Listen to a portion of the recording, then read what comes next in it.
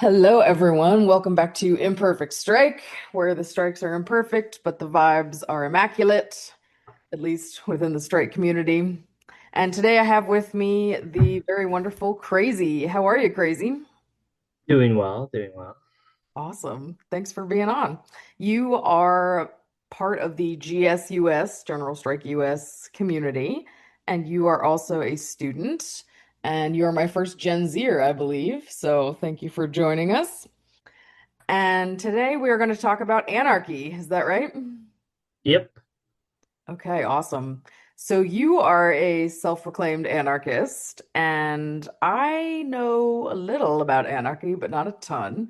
So I guess my first question is, are we all born anarchists and then people just kind of make up governmental systems, or is anarchy a very focused and deliberate type system that we should be steering towards? I would say that pretty much everyone can go either way. It really is, I'm a big believer that like your environment, that nurture influences your nature and such. Mm, Uh so how I see it is that everyone has tendencies towards more anarchistic sort of ways of being and more authoritarian ways of being. hmm And it and which way we go depends on the environment around us.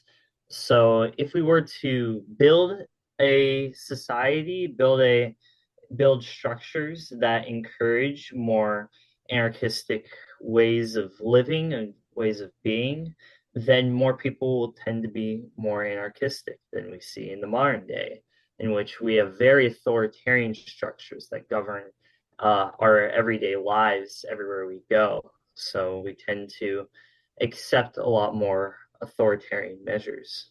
That makes a lot of sense. Is that sort of the spectrum that we're operating on? Like, on one end you've got anarchy, and the other end you've got authoritarianism, and everything else just kind of falls in between?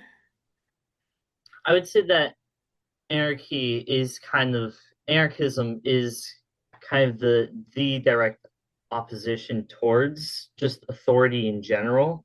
Mm. Anarchists usually we like to describe ourselves as either being opposed to authority or opposed to hierarchies of power.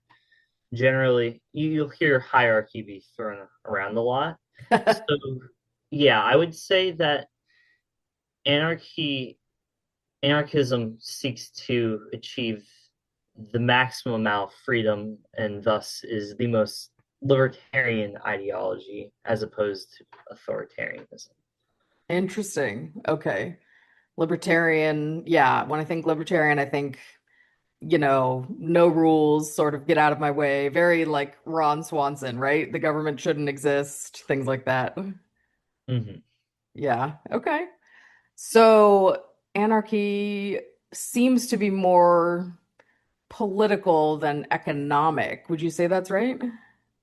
Um, I would say that, yeah, I would say that anarchist philosophy generally tends to tackle more of the political side, but we very much do have economic side.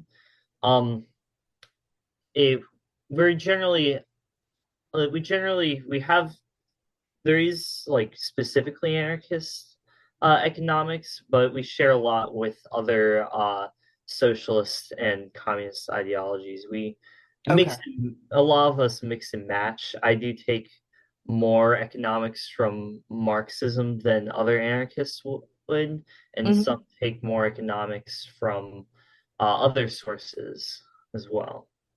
Okay, interesting. So you can have some anarchists that say they might believe in a socialist state, even though that would sort of imply that there would be a lot of laws still and economic systems operating. And then you can have some anarchists that say, I'm total, communist. We should be living off the land and there should be as few laws as possible. Is that right? Um, I would say, yeah, there's a lot of different perspectives on how like economics should work in an anarchic society. Um, we're generally one thing that the one unifying thing, there's a few things that are pretty much unifying for all anarchists. We're Mhm. all some form of socialist or communist, whether we believe in going full on communism or if they're more mutualists and want a more market socialist system. Mhm. And we are all against the what we call the state or government. And I should probably clarify that word because when an anarchist says the word state, it's very different than when a Marxist says the word state, Oh, or when a liberal or a social democrat might say state or government. okay. How so? I like to take the definition that one anarchist writer named Malatesta uh, put it. Um, he liked to describe it as uh, the sum total of the political, legislative, judiciary, military, and financial institutions through which the management of their own affairs, the control over their personal behavior, the responsibility for their personal safety are taken away from the people and entrusted to others who, by usurpation or delegation, are vested with the powers to make the laws for everything and everybody and to oblige the people to observe them, if need be, by the use of collective force. Now, sorry, that's a bit of a mouthful. Wow, yeah. Okay, Yeah, that does paint a good picture. So basically, just all the systems that we're brought up to think are natural, quote unquote, right? Or just the ones that are in place and we've been taught to assume are just the way things have to be. Judicial system, the military, the war industrial complex, all those things would fall into the state. yeah, and it is a little bit wider of a definition than you might see from your average person. And it is very different from the definition that many Marxists use. Hmm. Marxists usually like to define the state upon class lines, while anarchists uh, tend to view the state in terms of the centralization of power. Okay, wow. So you can have anarchists with different economic theories. What's sort of one of the most frequent questions you get asked about anarchy? When you tell people I'm an anarchist, what do they immediately come back with as a question? Mhm. Um, Generally, when I tell someone that I'm an anarchist, the first thing really really people come back with is kind of just like a very a lot of confusion as to what that means because Mm, um you know society in general paints the term anarchy as to mean absolute chaos and like a lot of people think of like the purge movies of like everyone's going insane and doing whatever they want and it's a very different perspective than what anarchism actually does mean. Some people sometimes they come back with like just general confusion. Sometimes they respond with like an assumption they have based upon those premonitions that are kind of built into us over time in society. hmm. Um, And generally, that's one of the very first things that I try to do is try to kind of, if I even come out immediately saying I'm an anarchist. Yeah. One of the things that because a lot of leftist language has been like twisted and is usually perceived as like immediately bad in some way, like if you're going to like a republican person, if I say I'm a socialist or I'm a communist or I'm an anarchist, I'm gonna you know they're going to immediately think something of me, and I won't be able to actually talk about what I actually think. Oh, absolutely. Um, yeah, so a lot of anarchists don't we don't often immediately start with, oh, I'm an anarchist. We usually start with explaining kind of what our positions are, like that I might say that I'm against, maybe that's we're talking about elections or something. I say I don't really think that voting matters very much. I think that we should go do direct action and organize things ourselves and kind of more focus on the ideas of what anarchism looks like and what it means to have anarchy than to Hmm. actually talk about the political like jargon and what it is in more technical political language. Right. That makes a lot of sense because if you start with this term that sort of makes people think of the purge, they might not be so willing to jump in. But if you're starting with things like we should start organizing and mobilizing for greater success as a society, people might be more open to that. Yeah. And I mean, you hear even from like the most conservative of people that like a big thing that they think that they want is community. It's a really important thing to pretty much every person. We're very, very social beings. Hmm. And the and just the community in general is a very core part of how anarchism is in practice works. So I think usually that's kind of a perspective that I like to take.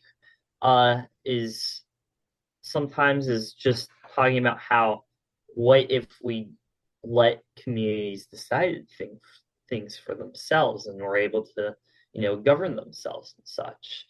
And I Yeah, think that's appealing to many people. absolutely. So, right. So, community organizing and community-led action doesn't necessarily equate to a lack of rules or laws, right? Or bylaws. It doesn't necessarily mean that there would be zero governance happening. Is that right? Yes, in fact, uh, anarchism would require a whole lot of organization, in my view. There Yeah. might be some anti-organizationalist anarchists that would disagree, but every single time that anarchism has been successful throughout history is taking years of very dense organization.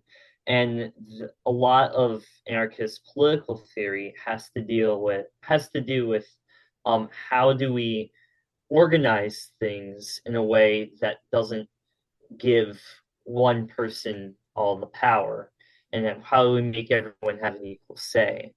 And because it's very easy, and to just feel like, oh, Bill's the leader, and we're gonna listen to whatever Bill has to say for, whatever reason. Maybe we voted him, maybe he's chosen by God or whatever. Uh, Sure. uh, to really get to make things equal and to make things coordinate on a larger scale, it takes a little bit more thought than just that. Definitely. Yeah, I like that his name is Bill. Bill, the ultimate leader. Okay, well, yeah, there's probably more CEOs named William in this country than female CEOs. I don't know, or maybe that's John or something. Okay, so Bill, the ultimate ruler, we're gonna overthrow him. He's no good. Yeah, what are some historical anarchy examples that have inspired you or that you look to as a model of success? Yeah, I think there are, I'm going to talk about three of them. So firstly, I'll talk about the one that the main example of kind of anarchist organization in the United States was the and still is they're still around to this day is the industrial workers of the world. They are a revolutionary syndicalist union that was started in I believe, the 1910s during, the first Red Scare, which was primarily targeting anarchists as opposed to Marxists, because during that time, anarchism was the most prominent, so other than other general socialists, the most prominent radical socialist ideology. Oh, interesting. I thought the Yeah, Red Scare was, yeah, when I think Red Scare, I think of the government targeting communism. yeah, that was you. Most people think of the second Red Scare, which was in the 1950s with McCarthyism and such Oh, I during the see. Cold War. The first Red Scare happened in the 1910s and 1920s. Gotcha. And so during this time, the industrial workers of the world, they were a union of both Marxists and socialists and anarchists. So it's very much a they kind of floated this idea of the one big union of industrial trade unionism, Hmm. and they were pretty important in along with other socialists like the Socialist Party during that time in pushing for a lot of labor reforms. Um, they frequently got into clashes with other people, with other groups, such as one example I can think of is they fought this other group that's still around called the American Legion uh, Hmm. in the streets, and they were in the American Legion at that time were essentially fascists. So it was a very chaotic time, and unfortunately, they were kind of out competed by the trade unions, the business unions, uh, because the industrial workers of the world, their kind of model for how unions would be organized was, as I said before, the one big union. Everyone is in the same union, Hmm. and you don't have these smaller unions for each. Like you don't have like the engineers union and the teachers union, and everyone instead the IWW, the Wobblies, said that everyone should be in the same union because the more workers you have together, the more strength you have as a whole. And they were beaten out by the AFL-CIO, uh, who are, most people who are familiar with unions in the United States know of the AFL-CIO. Yes. Um, and while the CIO was fairly radical around the same time, they had made prominent communists. During the 1950s, um, pretty pretty much most radical unions were completely defanged by legislation and by cooperating with the government and with businesses to the point in which they more served to keep the status quo going while still ensuring benefits to the people who are members of them, but no longer do those unions really believe in things like class war and such, and they're fairly conservative a lot of the I time. see. Okay. So Um, now the AFL-CIO folks have more floated towards just, capitalism is the status quo, and as long as we can ensure people mostly have a job, that's pretty much enough, right? yeah, they still do fight for some benefits for their workers, of course. It's just a lot more bureaucratic, and there isn't any future goal in actually liberating the workers, unlike radical unions like the Wobblies. I And so, love that nickname, the Wobblies. yeah, I know it's really great. They have a lot of really good union songs that I like listening to. Uh, and I think what's it Oh, called? nice. Most of them are compiled in a book called the Little Red Songbook, uh, and they're really good, and I would encourage people to listen to them if you can find the time. That's amazing. Boom, bing, bing. Divorce can be a really painful subject, but not for me. Hi, I'm Maeve, and I just divorced some pretty major retailers in my area. That's because I found out that most vendors at farmers markets take food stamps. For more information, check the details below. Bing, bong, bong. Okay, just to backtrack real fast. So when you say AFL-CIO and other unions beat out IWW, do you mean that just sort of in like popular opinion and more people joining up with them, or was it sort of more of an actual battle that was happening? It was a lot due to government suppression, and because if I remember correctly, the AFL worked a lot with the government during the 1930s and 40s, um, in helping with like the New Deal and such, and the Wobblies were fairly heavily suppressed all as you know pretty much all radical like socialists and communists are in the United Right. States. And just because the AFL-CIO was supported by the government and by businesses, um, they kind of, in the long run, uh, beat out the Wobblies. Hmm. Um, That makes sense. but as I said before, both still exist. The industrial workers of the world still are doing great things. They're just a lot smaller and a lot less impactful than they were in the past. But that's amazing. I mean, I need to know more about them clearly. Do you know if anyone can join? Any worker?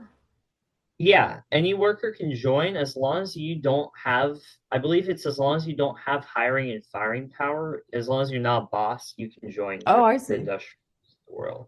Even students can join, even if you're unemployed. As long as you're not a boss, you can join the Wobblies. Oh, yes, we love that. Okay, so they're more of a community grassroots type movement, just like GSUS is. Very much so. I know there are a a good amount of Wobblies in GSUS. Okay, I've seen them around the Discord server and such. right. And do they specifically define themselves as anarchist? Because I don't think GSUS has done that. They define themselves as syndicalists, not necessarily specifically anarchists, because there are also Marxist syndicalists. Is a great example of cooperation between Marxists and anarchists that you don't, throughout history hasn't always been there. Um, so no, they aren't specifically anarchists, but they are fairly well aligned with anarchists, and anarchists make up a good amount of their membership because of their history and their methods of organization. That makes sense. Okay.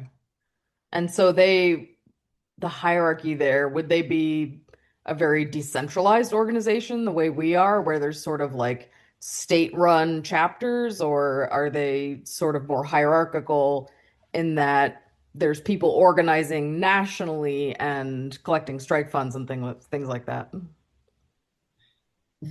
I would say they definitely aren't fully horizontal. They aren't fully decentralized. Hmm. But they do a very good job at like they're still very fairly decentralized. Like the representation still comes from the bottom up. They like the local chapters make most of the decisions for their own chapters, and there is a national like body.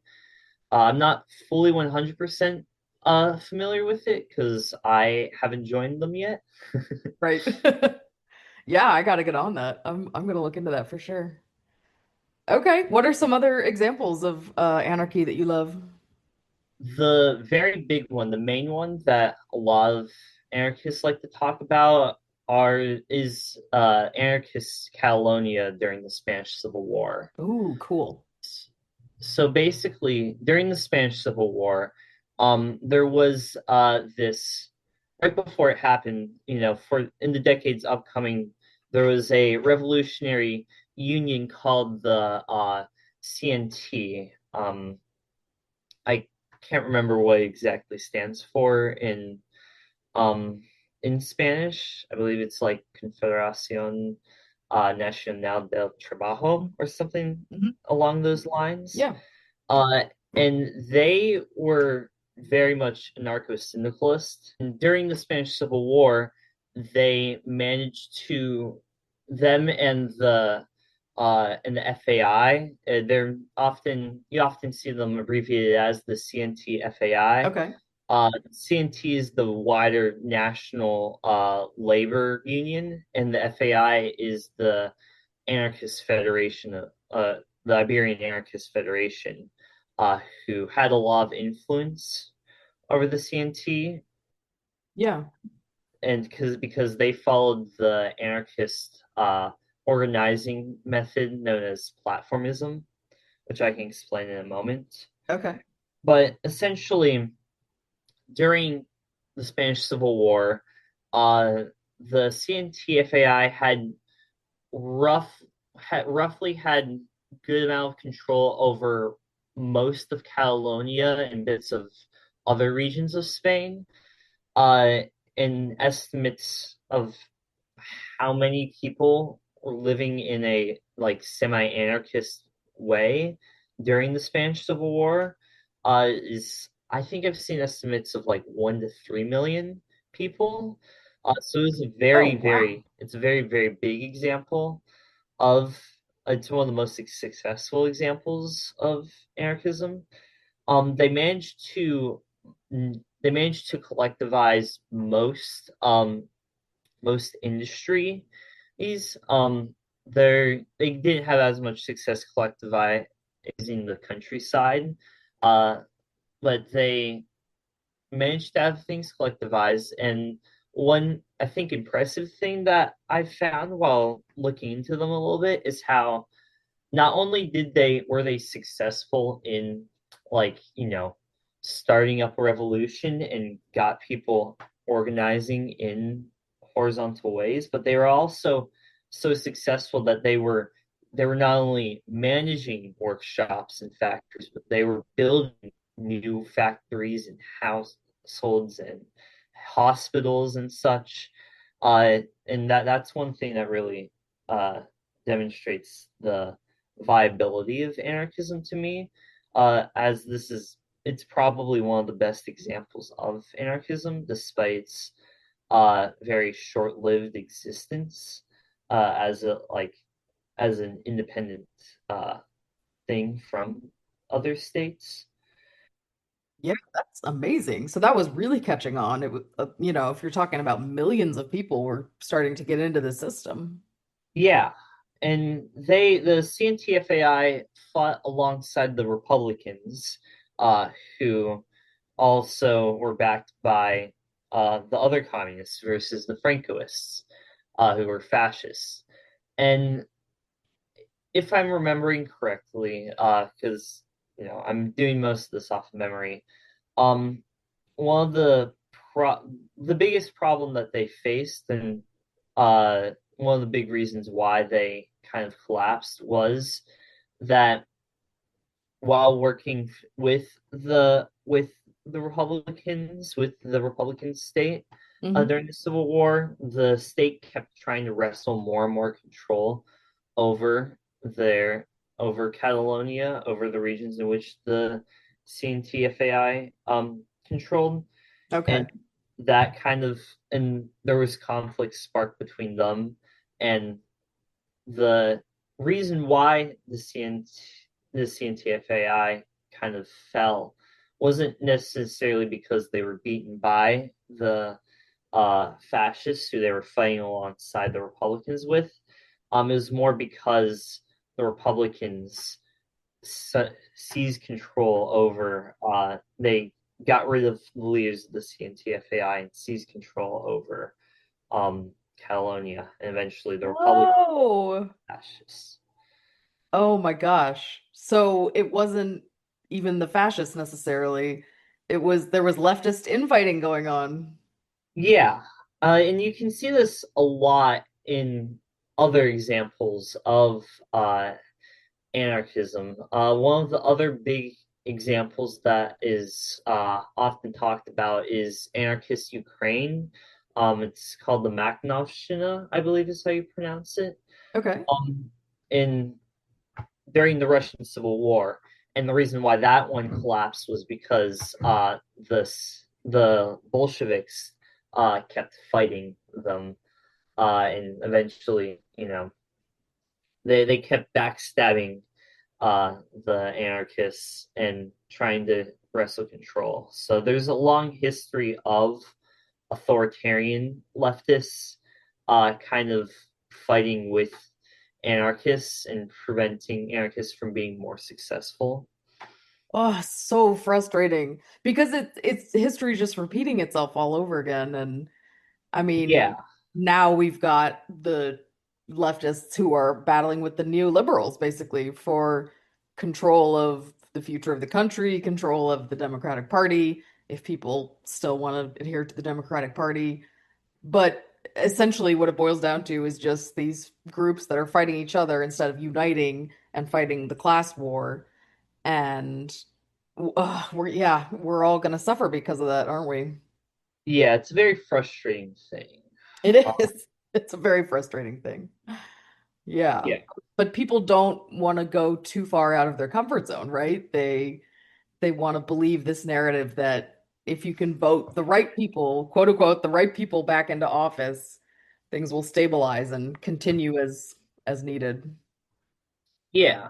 People think that that there's still a lot of very strong belief in that the problem isn't that people think that the problem is that the system is broken. That's not the problem. The system is working exactly as intended. The Yes. problem is the system itself. Oh, wow. Yeah, I mean, first of all, kudos on being an anarchist at such a young age, I think. I think when I was in college, I still very much believed, maybe sort of in like a, Scandinavian type democratic socialist world, but still very much in capitalism. And, you know, people just they need to go through this series of realizations, right? That our system is killing the planet, which is providing us with all of our resources, and eventually maybe make their way toward this collective organizing that we believe in. But it's like they get stuck at this barrier. They can't get past the idea that there might not be laws, and therefore people would just devolve into terrible humans. And it's this really weird fear, right? It taps into this sort of very primal human fear of other people hurting us, right? Mhm. But it's the same, it's when you see natural disasters happen, people don't actually act like that. People show up for each other. People help one another.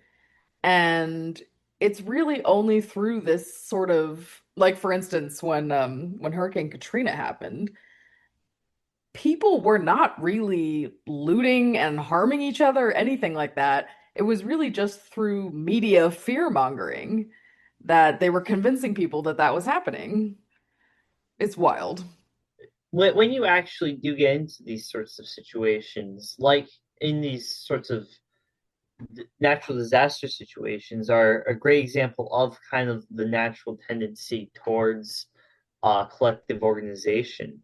As you said, with Hurricane Katrina, mutual aid has been the underlying factor as to why humanity has survived for so long. It's how we, organized in hunter-gatherer societies, helping each other out to overcome overcome survival in the wilderness. It's how we survived as peasants in medieval serfdom. The only way you could, if you have a bad harvest, the only way you'd be able to live is by working with your fellow man. It's how we survived Yes. the beginnings of the Industrial Revolution, in which the livelihoods of the common people were very violently taken away from us, and us being forced into factory jobs. If you open your eyes Hmm. to looking for mutual aid, you will see mutual aid everywhere.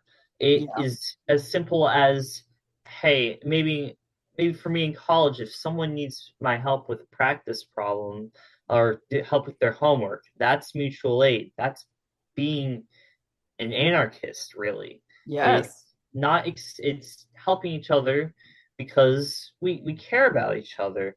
It's helping each other because it brings us satisfaction. It makes us it kind of fulfills ourselves when we help each other. And it makes us stronger together and makes it easier for us to get through tough times Yeah. when we help each other. And anarchism really is the final logical conclusion as to how we naturally behave in that way. When we don't have to think about these rules that society has placed upon us, Hmm. right? We might loan each other a pencil instead of thinking about, oh, this is my private property. You might, et cetera, et cetera. Exactly. Yes, I feel like I'm learning so much. I feel like I came into this, knowing maybe more about anarchy than some people, but not many. And I feel like I still maybe had like a 5 to 10% of my brain saying, but would that mean there wouldn't ever be consequences for anything or repercussions for acting badly towards your fellow human? And I'm seeing that that's very much not the case, that it's just communities deciding things together and not, okay, everyone out for themselves, you know, um, ready your shotgun and sort of hunker down, get ready to take out everyone else around you if they act badly. It's a much more hopeful system than that. Yeah, I think a very hope is a very strong underlying factor of anarchism a is a belief that we can do better than than Yes. what we have done, how humanity has lived for thousands of years, and how much of humanity has lived. There's always been an underlying current of people who don't live under um hierarchical societies, and we still see some of that today in certain places. Yeah. Yeah, I mean, when we're talking about these historical examples, these are very specific examples, but you could almost say that sort of any community throughout history, any tribe, any nation that was more focused on actually supporting each other and the needs of the many and not, consolidating power in the hands of just a few men at the top is a successful example of anarchy. Yeah, I think that there are many very clear examples of groups, even in the modern day, which may not call themselves anarchists, but certainly follow anarchic ways of living. The main one in the modern day are the Zapatistas in Chiapas, Mexico. Uh, Okay. they follow their ideology. They call it neo-Zapatismo, and it's based upon the it's named after Emiliano Zapata, who Hmm. was a famous uh, indigenous agrarian socialist during uh, one of the Mexican civil wars. I think there were one or two. I can't remember. I'm not great with remembering specific facts about We're not professional historians, people. We're just socialists. history. Yeah. But they basically live according to the traditional ways of living that their indigenous ancestors have been living for thousands of years in the area, and they're just kind of implementing that in the modern day. Right. Um, and a there is another example of that in I believe it's in Bolivia, um, called Fejuve. It's basically one of the cities there is uh, basically completely run by local community councils instead of having being under control the of the government. Let me double check that I got that correctly. Yes, it's in Bolivia, in the city of El Alto. Amazing. Yeah, Um, so these things are happening. It's not like there is a complete lack of anarchy already happening in the world, and it would have to be this complete revolution where we turn over and rethink everything. These places already exist. yeah, and a big thing about anarchism is that we believe in, as the old wobbly adage goes, building the new in the shell of the old. A big thing about anarchism is this thing called prefiguration, which is basically saying that we should start building the systems and acting in the ways that we want to see the entirety of society to work in the future. Yeah. So that would be like starting community gardens with your neighbors, or starting other various mutual aid programs, or maybe organizing some community meeting together independent from your local government. All of these sorts of things are how eventually would build out to being similar to how things would look in an anarchist society. And through the building of the structures in which, you know, we want to see in the future, uh, that we can actually make those things happen. Because capitalism did a very similar thing during feudalism.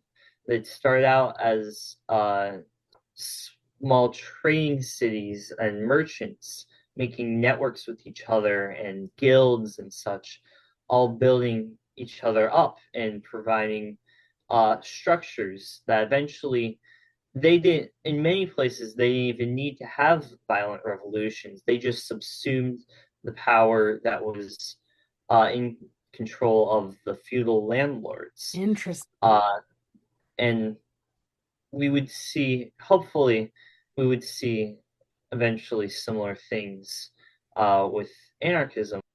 Violent revolution isn't something inherent to anarchism. You can be an anarchist and not believe in a violent uprising, Right. um, while still working towards an anarchic society. The What I like to call it is the the methods of prefiguration is the lowercase r social revolution, while that sort of violent uprising that people think of is the capital R revolution. Bing bong bong bong bong bong bong. Hi everyone, Alice here with a commercial break. Did you know that two of the most socialist states in our nation are Alaska and West Virginia? Alaska has established oil revenue that since 1982 has been paid out in annual dividends to every man, woman, and child.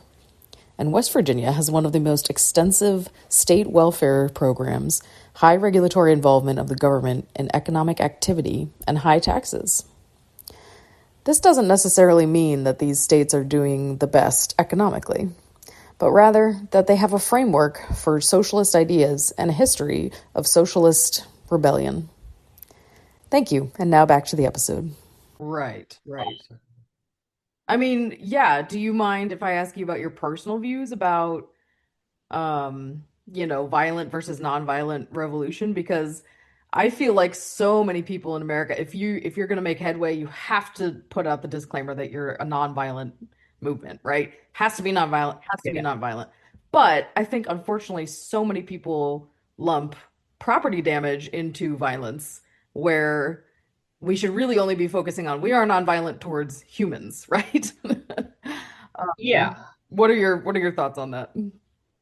Um, I think one interesting thing that I think would be that's a neat statistic to point out is with political extremist violence, typically on the right you see political violence committed by far right people is usually in the form of harming individuals, while on the left it's generally focused on either particular people in power, such as the IRA, the provisional IRA during the Troubles, Oh, sure. trying to assassinate particular members of the UK government or kidnap them. Right. There's similar groups that have existed all throughout the world that have tried similar things.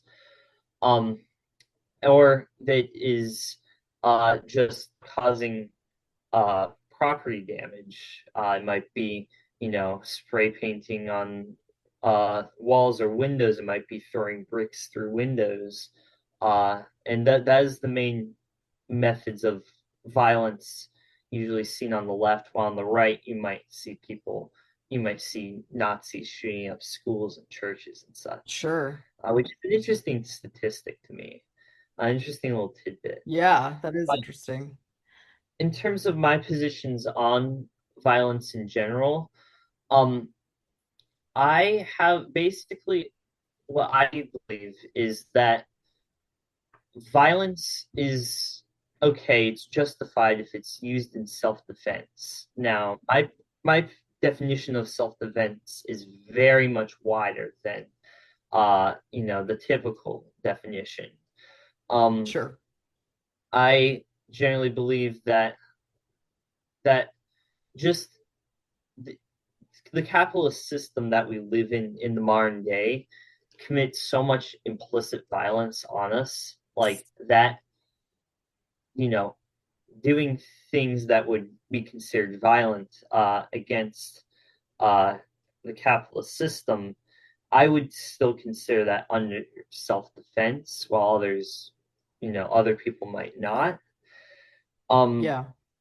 and I do believe that it's perfectly okay if you don't want to be if you don't want to commit violent actions. Most things that are necessary for uh, just social movements, or even so far as revolutions, for them to be successful, like 95% at least of the work is nonviolent action. It's organizing resources for people, making sure providing for everyone's needs, Right. and all that organization. None of it has to do anything with violence. Right. Now, if you do want to do something more drastic and do commit more violent actions, uh, sure. Uh, for those who don't want to do that, who aren't willing to do that, try not to get in the way of people who are doing those more drastic actions. Yes. Uh, History has shown that when uh, we have what's frequently called diversity in tactics, when when there are violent sections of the movement and non-violent sections working in tandem with each other, Mm-hmm. such as during the civil rights movement. The something that's not really talked about is how ready people were for like violence to happen. Like MLK was strapped with guns. He had tons of weapons at his house. He was Really? ready. Yeah, he was ready to throw hands if need be. And other groups like the Black Panthers and more, more militant sections of the movement paved the way for for certain nonviolent actions to happen. Yes. Many things like sit-ins and protests were escorted by armed guards. And that's not talked about in our very whitewashed version of the stories of these things. Sure. So do so do support your fellow comrades in our struggle and don't get in the way of them doing actions that you might not be comfortable with against our our common enemy. Um, 100% agree. Yeah, I think people can argue all day long about statistics and, oh, is really the non-violent protests that end up working, or it's really, no revolution ever worked without violent tendencies. It's like, okay, whatever. Whatever you personally feel called to, please go do that and support your other leftists because could a national strike bring this country to its knees without any violence? Sure, absolutely. If 250 million people decided tomorrow, we're not working, we're not paying rent, we're going into the grocery store and taking whatever food we need, we're, growing food off our own land, would that work without any violence? Sure. But, the odds of getting to those numbers overnight and in the time frame needed I think are very slim. I personally think that most revolutions do not end up working without some violence. And again, toward the system, right? Toward the property, toward the system. And there's a reason the system wants us to remember MLK and not the Black Panthers. There's a reason he's got the monument, right? They don't want you doing more property damage, doing more violence to the system. But it's just not going to happen, I don't think, without people, for instance, big oil. We're not going to take big oil down just in our nonviolent, slow movement that we've got. At least not at this pace. I don't know. That's just my yeah, personal opinion, people. That does not represent GSUS. I would definitely say don't don't expect the system to give in without a threat of taking the next step. A big reason why strikes have historically been successful, especially in the during the Gilded Age and the Industrial Revolution, Hmm. it's because the workers were ready to take the next step. And sometimes when the government did stamp down on them, such as during the very famous example of the Battle of Blair Mountain, when the government literally bombed US workers on strike. Oh, The workers fought back. They were ready to fight back.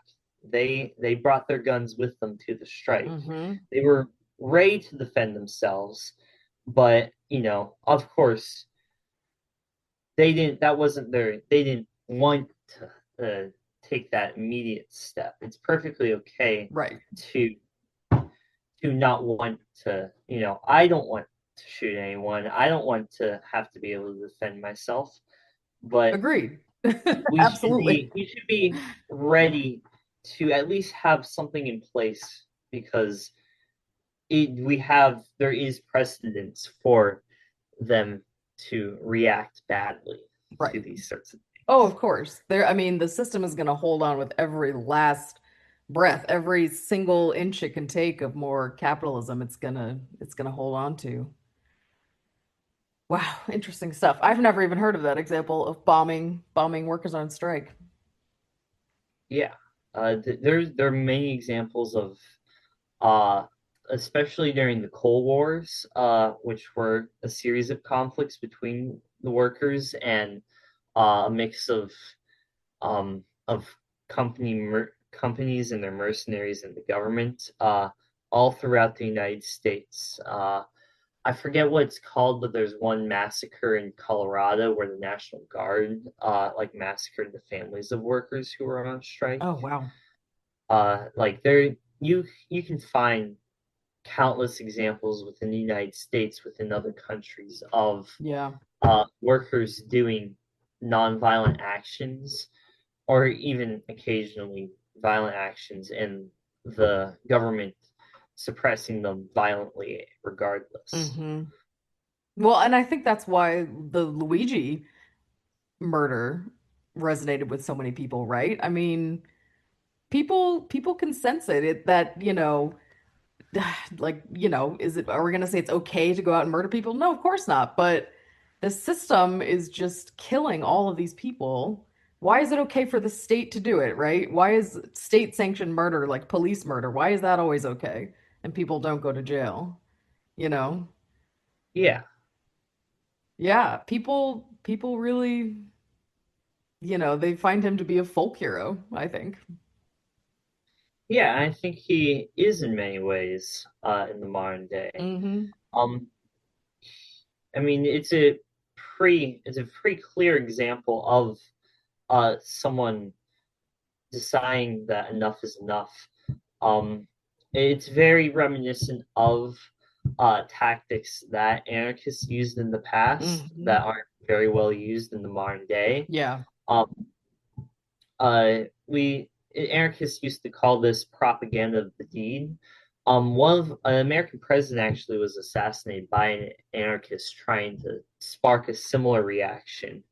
But historically, anarchists have found that uh, these sorts of assassinating leaders and such has brought down a lot of government suppression. Right. So Right. it's not very well practiced in the modern day. But the Luigi case was very interesting as it showed a modern example of a successful use of that tactic. Which, Interesting. Yeah. yeah, it's a very interesting case to discuss from a historical and like a theoretical perspective. You're right, because that could have so easily alienated so many people. Well, and I know especially a lot of boomers who were just absolutely horrified. And of course, everyone should be horrified by murder, but the fact that so many people understood why this was happening and sort of do look to him as like a class war hero, it could have easily gone the other way, right? Where it made everyone turn even more neoliberal. Yeah, and that's why I generally would encourage people to do actions such as that because of that drastic response. We saw how much the police state was mobilized in response to the assassination. Hmm. Um, it it does provoke, it does poke the beast in the eye. Right. Uh, Well, so and again, we're not promoting that anyone go out and do murder. yeah, no, But if no, you please, feel called to do drastic, property violence, however you feel, let's just say how for legal reasons, however you feel called to get involved in the leftist movement, we are here for you. yes, We support you. But don't do murder, people. Don't go to do murder. yeah, Just come don't kill people. join General Strike US. Come find your people. And do anarchy. Oh, yeah. How about that? Don't do murder people, do anarchy. Yes, yes. Boom, boom, boom, boom, boom. Hey everyone, Alice here with a commercial break. One of the most comprehensive environmental reports was just released on how we are going to deal with climate change in the future. It not only shows that it is possible to dial back all the harm that has been done, but that we could actually end up improving our cooperation with nature and the way we rely on the planet and use its resources. Never, never give up, keep the faith, and know that we will look back at this time in history as just a stepping point to something much, much better. Thank you. Back to the episode. So crazy, you grew up as a Gen Z in the United States of America. So you didn't grow up in the time of hope, did you? No, in fact, one of the first really political events that I can remember in my lifetime was the first election of Donald Trump. I was Wow. still maybe around, I was still a very young kid at the time, late elementary or middle school, somewhere around there. Mm-hmm. So like my kind of generation, we haven't had a normal. A normal hasn't existed. When we were very young, or maybe even just being born, the 2008 financial crisis happened, and our parents were crippled by that. Oh, yeah. And then in the modern day, we haven't there hasn't been a normal political landscape. There hasn't been a status quo. So that's part of why a lot of Gen Z people are much more politically extreme than our parents or grandparents Right. were, because Right. it's Because a crazy world we live in now. because if you had been born 10 or 15 years earlier, there was still this time where capitalism was quote unquote working for most people, right? Or most people thought it was working for most people. Yeah, we never really got that sort of capitalist realism that a lot of uh that, Gen X, boomers, millennials have had to deal with. Hmm. The 80s until around where we were born was a very big, like, capitalist realism was very predominant. While that sort of thing never existed for us. The economy has always been unstable. Prices have always been rising drastically. Right. The inflation. Yeah.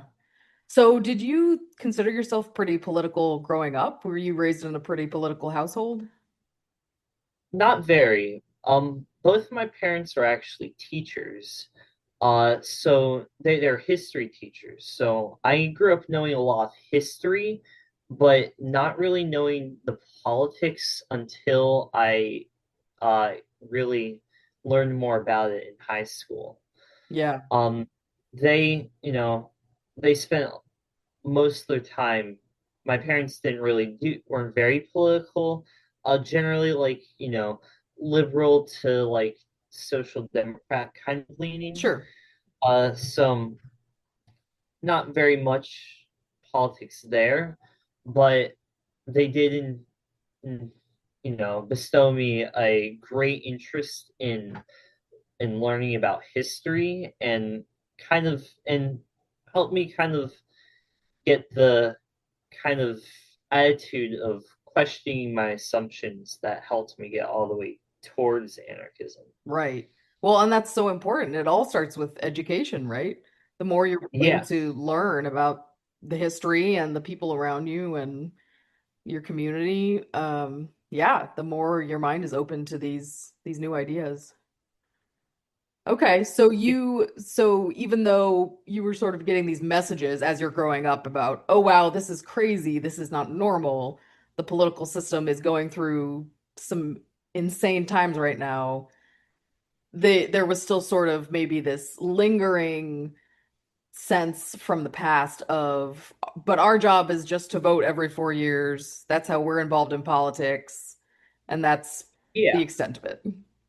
I remember a very, like, clear memory of mine was sometime when I was in, like, ninth or 10th grade, like really early into my high school career. Hmm. I literally did think up think myself, like, why are businesses run like dictatorships? What if we ran them like democracies? And I remember being like immediately telling myself, no, that's stupid. They would have already done that if it was better. Right. But then it was something that I had to revisit later on when I got to my AP government class, and I started actually learning how our political system worked. I was really astonished on how, like, stupidly easy it was to game the system. Unfortunately. Yeah. Yeah, Wow. Oh, it is unreal, isn't it? it really is. It's and kind of because of insane the how insane our system actually works. Hmm. Like, I was kind of astonished that anyone could ever think that the system was, like, democratic, and that we clearly have to, like, do something different. Hmm. And so that's kind of where I decided to first start looking into politics because it's like, well, clearly what we have now doesn't work. And, people are very upset with how things are. Yeah. Our political climate is crazy. Yeah. There has to be a better way of doing things. Oh, exactly. Yeah, I think people know now. I think people know that we don't have a real democracy, that no matter what we want, the people in charge are not going to vote that way. Yeah, that kind of veil of of the quote unquote democracy has been pretty much shattered by the you know past 20 years of economic and political instability. Hmm. I think so. Yeah. I think people are waking up in a serious way. And for all the insane faults of the internet, I think we do have just, a wider access to other people's perspectives and information on what's actually happening in different communities, in part to thank for that. I think we can look at our phones and see these terrible things happening, and we're not so removed from it, right? We can't just ignore it quite as easily. Yeah, it reminds me a lot of how you know one of the reasons why the Vietnam War was so unpopular was because it was the first televised war. And now Oh, we see that almost a similar thing on a whole societal level, uh-huh. where we have direct access to looking at what is actually going on with people, what at how people are affected by how the system works. Yeah. And we have so much more information. It's a lot easier to look for alternatives. If I didn't have access to the internet, if I didn't look up like, like what did Karl Marx actually believe or whatever, Hmm. then I wouldn't, you know, it would I would still probably have a great deal of belief in the system. Uh, you Yeah. know, it's great to have all this access to information, but also it kind of contrarily in the same way, for a lot of people, it's kind of closed them in even more. Because just of how algorithms work and such, a lot of people, their only sources of information on the internet tend to be very far right sources. A Oh, lot of people interesting. just look at like Fox News or use like just Twitter or follow very far right wing sources of information because all of the platforms we exist on, every single one, is controlled by far right people. They're controlled by the capitalist class. So obviously, it's in their interest for their systems to be designed to um stunt the spread of information, to stunt the growth of class consciousness, despite Right. the like inherent nature of the internet of being a method of spreading information, of promoting the truth, of being a very communistic sort of thing. The Right. internet, in a way, I have heard being described as the ultimate library of everything. Everything is free on the internet. You have to make things not free. It's harder to make things not free than to make things free because you everything's free Oh, on the wow. internet, right? Interesting. It's the most like it's like Star Trek levels of like post scarcity of information. Ah, I love Star Trek. I talked about that in my last episode with someone. Yes. I mean, okay, right. We can look at the internet and two things can be true, right? We can look at the internet and say it has given us these unprecedented levels of information. That's great.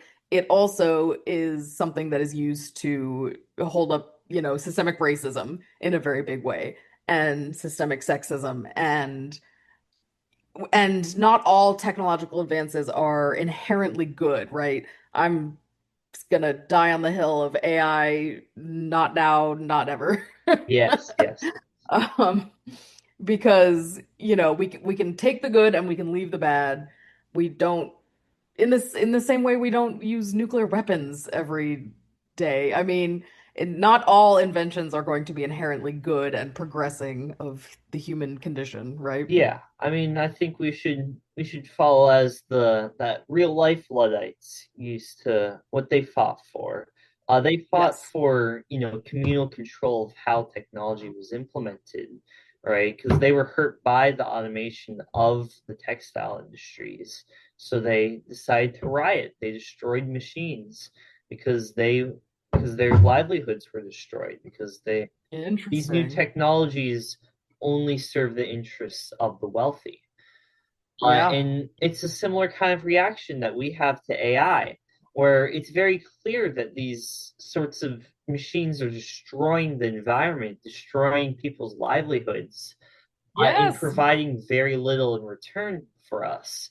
And it's Yeah. only really benefiting those who are in charge, while with how much money is pouring into them and how much Yeah. it's being used to manipulate people and really almost like lobotomize them in terms of how much it shuts down people's brains from overuse. Yes. Sorry, I'm so in agreement. It's just so bad on so many levels. You're right. They're doing all these studies where people's brains just react so badly to AI. And we've already got brain damage from COVID. I learned that on another episode. Oh, no AI. We're not here for it. Okay, so one thing I guess I'm still a little bit confused about is you had said before people should start organizing, find your local team, all of that good stuff, as opposed to leaning into local government so much. But then I guess just in the theoretical sense, right? If like okay, for instance, we if we live in Kansas, say, sorry, I don't know why Kansas, but if we lived in Kansas, we would say, okay, we're not doing the Kansas state government anymore. We're not doing the House. We're not doing the Kansas State Senate. Those things are the bad system that we're trying to get rid of. We're going to form our local unions and everything like that. But then I guess eventually, if you do successfully turn that over, then your sort of anarchist systems would kind of become the local government, right? In a way, that's kind of true. It would be the local, I guess, local system of governance. But the key thing is if it is anarchistic, if it is horizontal, then what is the government and what is just the people would be just one and the same. Everyone Love who would that. be a part of an anarchist government would just be everyone because it's very much because how anarchist organization always works is very much bottom up. The power Yes. always resides in everyone, and then uh you know certain tasks are delegated to smaller groups of people who are always beholden to the people as a whole instead of the people as a whole being beholden to the people who get elected or appointed or declared God King, Emperor, or whatever. Bill, it comes back to Bill. Yes. Okay. That makes a lot of sense. So the more important part is not necessarily a lack of existence of a state in any form, any shape or form, but rather where does the power reside and is this really a people-led system? Yeah, right. Because as anarchists, if the system of governments is actually truly bottom up and is done by the people themselves, that isn't we don't consider that a state. That would just be that would just be the people like it might be called like the anarchist federation or whatever. Mm-hmm. It would be an actualization of anarchy if just everything was run by the people who if everything was under the control of and run by the people who are impacted by it. Right, right. I see. Okay. That helps. Thank you. Oh my gosh, I've learned so much. I've had so much fun. I feel like I could talk to you all day. This and the state, the capitalist state stuff, that's also reminding me of current events and how now people are saying now Trump is the deep state. Yeah, because you know, and you don't have to come up. That's a funny thing about a lot of these conservative conspiracy theories. It's like you don't have to Yes. come up with the boogeyman. The boogeyman's already there.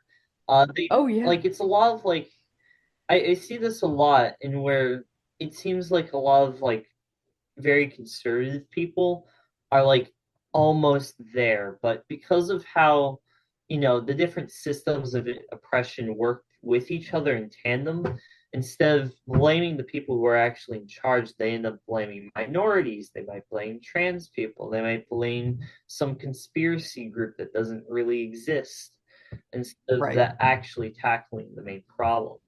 And that's why almost in some ways, if you are to get, if you were to get a conservative person around those inherent biases that's been caked into them by decades of propaganda since birth, then Mm-hmm. they are they're almost uh more open to questioning kind of how our system works. Just they've been misdirected pretty seriously. That's so fascinating, isn't it? I know. Yeah, it's because yeah, they wanted to come and drain the swamp, right? Because the government wasn't working for them. The system wasn't working for them. They're angry because of the recession and they're blaming immigrants, the Republican Party is, but that's not the real issue. The issue is the system isn't working for you because billionaires are hoarding your wealth. Yeah, They took down the wrong swamp, I guess, is the answer. Okay, well, Crazy, thank you so much. As a fun ending to this, would you have an example of a piece of media, a book, a series, a movie, anything like that, which has strong rebellion vibes that you love? ooh, that's really good. That's a really good question.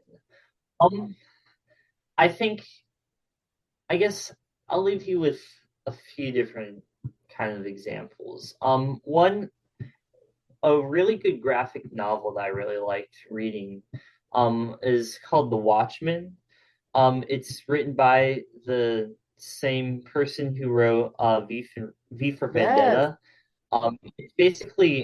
It's basically like the original superhero story who kind of broke the typical mold Mhm. and really questioned, right? Like who watches the Watchmen, right? Who Yes. watches the people who are in power? And I felt like that was like I really liked how powerful that message was, especially through kind of the lens of a superhero story. Watchmen is Um, great. and Gotta love then Watchmen. Yeah. The whole idea yeah, of we need a common enemy to unite us is sort of so depressing, but so accurate at the same time, right? yeah, and I guess uh in terms of, I'll also recommend a few like bands slash artists that do really musically kind of portray a lot of the ideas of Oh yeah. anarchism. I think the big anarchist band that a lot of people know is Rage Against the Hmm. Machine. They are anarchists who sang about uh, the police state and the amount of systemic racism we have, et cetera, et Right. cetera. Um, I also another anarchist group is Chumbawamba, um, and they're also pretty well known. They have one very famous song. I think it's called like Thumb Thumping or something like that. I Love can't remember. Chumbawamba. There I get knocked down, but I get up again. Yes, that one. Yeah. Yeah. Amazing. Gotta love that song. I Um. love that song. I also think Yeah, me too. Pussy Riot when I think revolution vibes. Yeah, Are yeah. they, do we know if they're Um, expressly anarchist? I do not know. I don't know. There are a lot of bands that do have kind of that sort of uh revolutionary vibe. System of a Down is another good example. Um Hmm. uh, a classic example is the Clash. I really love the Clash from the 80s. Okay, I'll have to Um, check them out. yeah, they were pretty major inspiration for uh like just punk and just in political music in general. Yeah, If you go even further back, a lot of American folk, a lot of traditional American folk is very socialist. yes. Um, like Woody Guthrie, which is like the like folk singer from like the 40s. He was a communist. He like was a part of the American Communist Party at the time. Uh, Wow. the song "This Land Is Your Land," that that sing sung in elementary schools. Uh, it there's one verse that is almost in most versions of it taken out, in Hmm. which he talks about how private property is weird and we should just that this land is your land, this is my land, this is my land. We shouldn't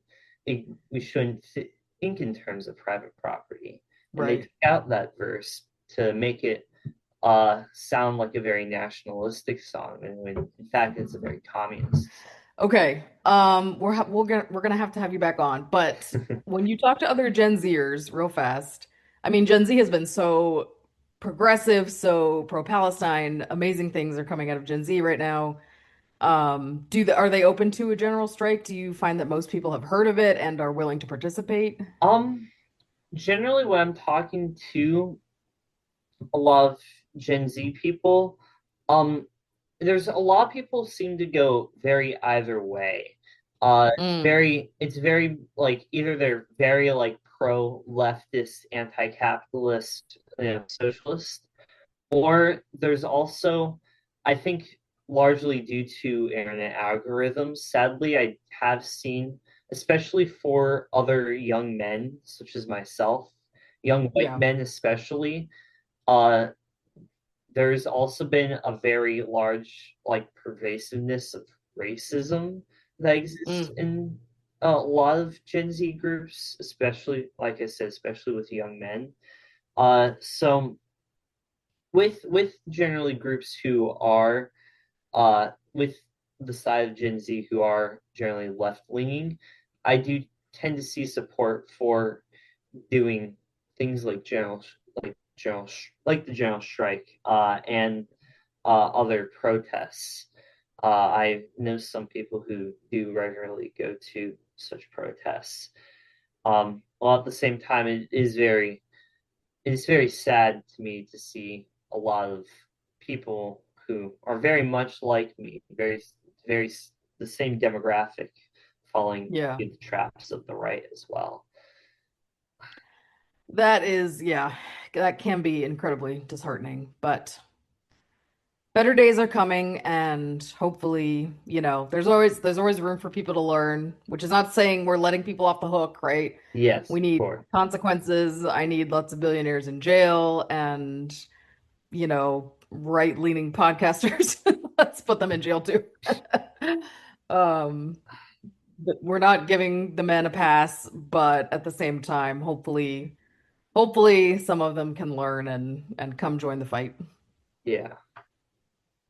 Okay. Well, this has been amazing. Thank you so much, Crazy, for coming on and teaching me so much. And I will see you in the chapter meetings. Yep. I'll see you later. All right. Thanks so much. Bye. Bye. Imperfect Strike is recorded and edited by Alice and Maeve. To learn more about the General Strike or to sign your strike card, please go to generalstrikeus.com.